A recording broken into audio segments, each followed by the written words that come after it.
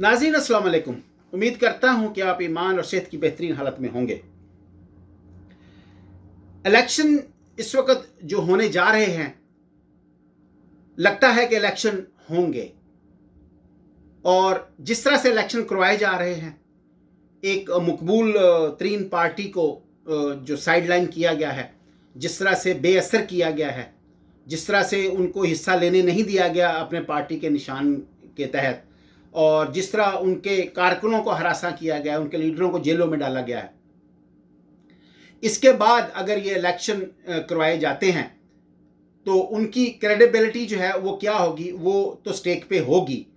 लेकिन देखना ये है कि ये इलेक्शन मुल्क और कौम के लिए कितने को फायदेमंद होंगे।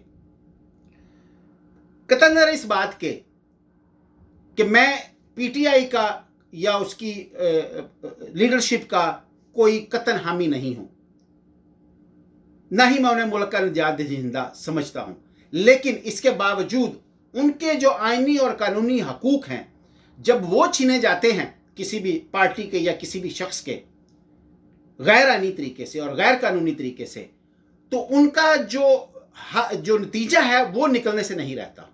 वो नतीजा उसका जरूर निकलता है और वो नतीजा कभी अच्छा नहीं होता। पाकिस्तान में इस तरह से इलेक्शन पहले भी होते आए हैं, लेकिन आपने वो इलेक्शन देखे भी हैं, आपने वो इलेक्शन उस प्रोसेस से अवाम गुजरी भी है, कौम गुजरी भी है, और उसके नताइज भी अवाम ने भुगते हैं और कौम ने भुगते हैं।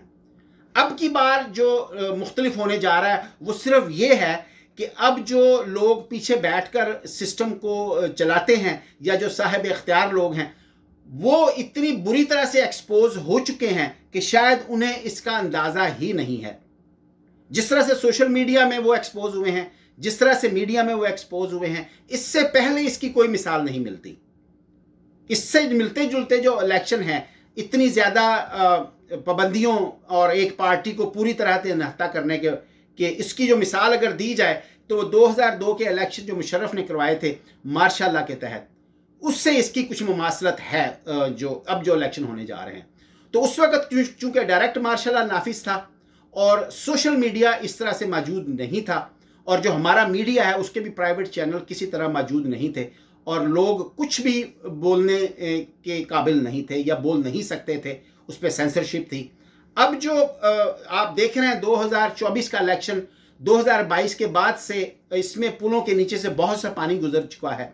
सोशल मीडिया जो है उसने लोगों को अवेयरनेस दी है, उनको किसी हद तक कुछ ना कुछ बोलने की आज़ादी दी है। लोग बाहर बैठकर कुछ ना कुछ बोल सकते हैं। इस वजह से, और जो इमरान खान ने जो एंटी एस्टैब्लिशमेंट स्टैंस लिया, उसकी वजह से लोग अब पूरी तरह से जो चीज़ें थी, जो इस सिस्टम ने कपड़े पहने हुए थे, या जो थोड़ा बहुत इसके जिस्म पर जो एक पर्दा बाकी था, वो पूरी तरह से जो है वो नोच लिया गया है या उतर चुका है। अब जो लोग वहाँ पे सिस्टम को पीछे बैठ के चला रहे हैं, देखना सिर्फ ये है कि वो इसके बावजूद कि वो इतनी बुरी तरह एक्सपोज हो चुके हैं, और जो नताइज हैं वो भी उनको बताने वाला कोई नहीं है कि जो पहले इलेक्शन होते रहे हैं उसके नताइज और इसके नताइज में फ़र्क क्या निकलेगा। इसमें फ़र्क निकलेगा, फ़र्क होगा, क्योंकि जब भी आप आइन और कानून से इनहराफ करते हैं, नज़रिया ज़रूरत को आप सामने रखते हैं, चाहे आपका नज़रिया आपकी नज़र में कितना ही अच्छा क्यों ना हो, वो बार साबित नहीं होता। उसके नताइज हमेशा मनफी ही बरामद होते हैं। कौमों और मुल्कों की ज़िंदगी में वो हमेशा बुरे नताइज लेकर ही आते हैं। जस्टिस मुनीर की मिसाल आपके सामने है। उसने जो नज़रिया ज़रूरत की जो उसने आबियारी की थी, आज भी उसका नाम जिंदा है, और जब तक नज़रिया ज़रूरत पाकिस्तान में इस्तेमाल होता रहेगा, उसका नाम हमेशा जिंदा रहेगा, उसको हमेशा मतून किया जाता रहेगा। इसी तरह जो लोग पाकिस्तान में आइन और कानून की हुक्मरानी की राह में मज़ाहम रहे हैं, या जिसको सबटाज करते रहे हैं या बाईपास करते रहे हैं, वो हमेशा तारीख का हिस्सा रहेंगे, और उनको अच्छे लफ्ज़ों से कभी भी याद नहीं किया जाएगा। कौम जो है, जो भी बुरा अमल किया जाए बहसीयत कौम, जो साहिब इख्तियार लोग हैं, जो भी काम वो आइन और कानून को बाईपास या बलाए ताक रखते हुए या वायोलेट करते हुए जो भी अमल करते हैं, उसका नतीजा आने वाले वक्त में कौमों को भुगतना पड़ता है। आज अगर लॉलेसनेस है पाकिस्तान में, कॉन्स्टिट्यूशन की कोई इज्जत नहीं है या उसको वायोलेट करना एक आम सी बात है किसी भी सियासी रहनुमा के लिए, किसी भी बड़े शख्स के लिए या पावरफुल शख्स के लिए, तो इसकी जो नताइज हैं ये नहीं हो सकता कि वो उसके नताइज ना निकलें।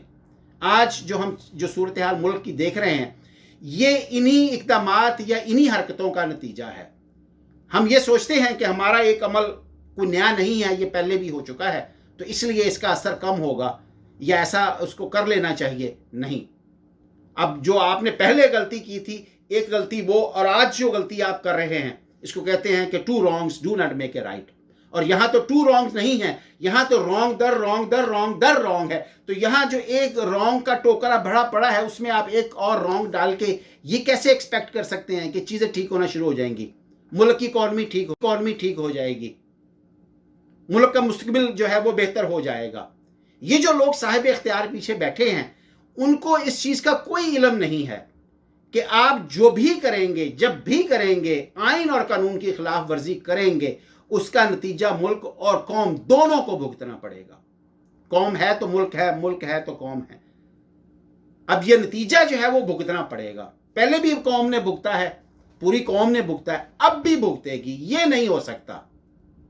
इस चीज को कोई भी मानने के लिए पाकिस्तान में तैयार नहीं है कि जो भी आप आइन और कानून की खिलाफ वर्जी करेंगे, जहां भी करेंगे, बहसीयत पावरफुल शख्स या इदारा, उसका नतीजा मस्बत नहीं निकल सकता। It's not possible. अब जो आप करने जा रहे हैं, नजर ये आता है कि आप अपनी मर्जी से अपने जो रिजल्ट हैं वो हासिल कर लेंगे या नताइज हासिल कर लेंगे या अहताफ हासिल कर लेंगे, वो तो हासिल हो जाएंगे। लेकिन जिसकी वजह से, जिन वजूहात या बुराइयों की वजह से हम यहां तक पहुंचे हैं कि जब पाकिस्तान आजाद हुआ तो उस वक्त 4 रुपए का डॉलर था और आज जो है वो 250 या 300 के लगभग है। तो ये जो सफर हमने तय किया है, इसमें ये सारी की सारी जो हरकतें हमने की हैं उसके पीछे वो खड़ी हैं, उस तनज़ली के पीछे वो हर हरकत खड़ी है, हर उस साहिब इख्तियार शख्स की हरकत खड़ी है जिसने आइन और कानून को रौंदा। अब अगर मजीद वही अमल जारी रखा जाता है तो उससे बेहतरी नहीं आ सकती। ना तो पॉलिटिकल स्टेबिलिटी आ सकती है उससे, ना माशी स्टेबिलिटी आ सकती है, ना माशी स्टेबिलिटी आ सकती है, ना मुआशरती। फौज आप जितनी मर्जी ताकतवर रख लें, अब जो मुल्क है वो मजबूत फौजों की बिना पे जो है वो ज्यादा देर जिंदा नहीं रह सकते। और रशिया की मिसाल आपके सामने है कि मजबूत तरीन दुनिया की फौज होने के, एक सेकंड लार्जेस्ट और बिगेस्ट आर्मी होने के बावजूद वो अपने आप को मुतहद नहीं रख सकी। तो कौमें जो हैं अब अंदर से टूटती हैं। अब उनको हमला करके ऊपर से बाई जोर या आर्मी के जोर से या असले के जोर पे आप उनको गुलाम नहीं बना सकते। आइन और कानून की खिलाफ वर्जी से कौमें कमजोर होती हैं और फिर होती चली जाती हैं जब तक कि उनमें से यह एहसास ना उजागर हो, जब तक कि उनमें से लोग खड़े ना हों और वो कुर्बानियां ना दें। जो आप पहले जब आइन और कानून की खिलाफ वर्जी शुरू करते हैं तो फिर ये बॉल रोल होता होता अवालांच की शक्ल इख्तियार कर लेता है। आपने देखा होगा अवालांच के ऊपर एक छोटा सा गोला जो है वो चलाया जाता है और उसके बाद जब वो चलना शुरू होते ही ढलवान का सफर शुरू होता है तो जू नीचे जाता है वो एक मैसिव स्टॉर्म की शक्ल इख्तियार कर लेता है। यही हाल आज पाकिस्तान का है। आप एक स्टॉर्म की शक्ल में अब ये सारा कुछ नीचे चलता चला जा रहा है। अब ये नीचे हिट करेगा, ये हिट करे बगैर रह नहीं सकता, क्योंकि कोई भी शख्स पाकिस्तान में, कोई भी इदारा पाकिस्तान में अपनी रवैश से पीछे हटने को तैयार नहीं है। हर शख्स को अपना जो पर्सनल वेंडेटा है उसकी हिफाजत करनी है, चाहे वो कोई जज है या चाहे वो कोई ब्यूरोक्रेट है, चाहे वो कोई इस्टेब्लिशमेंट का सुर्खील है, वो सियासतदान है, उसको अपना जो पर्सनल ग्रज है, उसको जो पर्सनल उसकी तस्कीन है, उसको हासिल करना बहुत ही जरूरी है। आइन कानून वो कहता है ये तो पहले भी ऐसे ही होता चला आया था, जब पहले भी होता चला आया था, I am not the first one. तो जो मैं भी कर रहा हूं तो मैं क्यों ना अपनी जो मेरे अंदर जो एक बुत बैठा है, मेरे अंदर जो एक शख्स बैठा है, मेरी जात का जो बुत मेरे अंदर बैठा है, मैं उसको क्यों ना तस्कीन पहुंचाऊं। और उसको तस्कीन पहुंचाने के लिए वो अमल, जो अभी अमल जरूरी है, चाहे वो आइन और कानून की खिलाफ वर्जी ही है, वो क्यों ना की जाए ताकि मेरा जो अंदर शख्स बुत बैठा है वो खुश हो सके। तो इस वक्त बुतों की लड़ाई है। जो भी हम तमाम जो हमारे इस वक्त पावरफुल हल्के हैं पाकिस्तान में, सियासतदान है हमारे, कोई भी उससे बाइद नहीं है। अगर कोई शख्स ये सोचता है कि उसका लीडर उससे बाइद है, अगर उसका लीडर उससे बाइद होता तो वो नजर आ जाता कि वो बाइद है, क्योंकि जब उसके पास इख्तियार था तो उसने आइन और कानून की परवाह नहीं की। अगर इमरान खान के हामियों के पास अगर ये दलील है कि यही एक लीडर है हमारा, यही निजात दिंदा है, तो जब वो बरसे इख्तिदार था तो उसने भी आइन और कानून की परवाह नहीं की। उसने भी उस्मान बुज़दार को वसीम अकरम प्लस कहा था, और ऐसे ही लोग हर जगह पे बिठाए थे। उसने भी कानून की खिलाफ वर्जी और आइन की खिलाफ वर्जी की थी। बाकी अगर आप मानने को तैयार नहीं है तो वो आपकी मर्जी है, लेकिन उससे तारीख जो है वो भरी पड़ी है।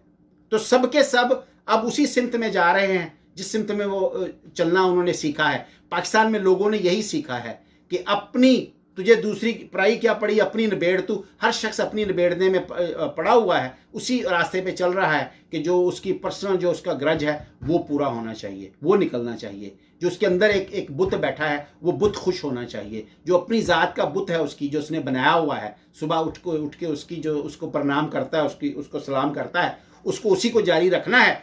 और फिर उसके बाद ये सोचना है कि जो मैं चाहता हूँ वही होगा, और जिस तरह से हम पहले करते हैं वही करते रहेंगे, और रिजल्ट जो है, नताइज जो है वो थोड़े मुख्तलिफ निकलेंगे। हो सकता है वक्ती तौर पे थोड़े मुख्तलिफ भी निकलाएं, लेकिन ऑन द लॉन्ग रन जो तनज़्ज़ुली का सफ़र है वो नहीं कभी भी रुकने वाला। लेकिन ये जो जितने भी लोग हमारे पावरफुल लोग हैं, ये चंद सालों के बाद रिटायर हो जाते हैं, और उसके बाद जो लेगेसी छोड़ के जाते हैं वो फिर काबिल दीद होती है, कौम फिर उसको भुगतती है। अब जो सिलसिला है वो उसी तरह चल रहा है।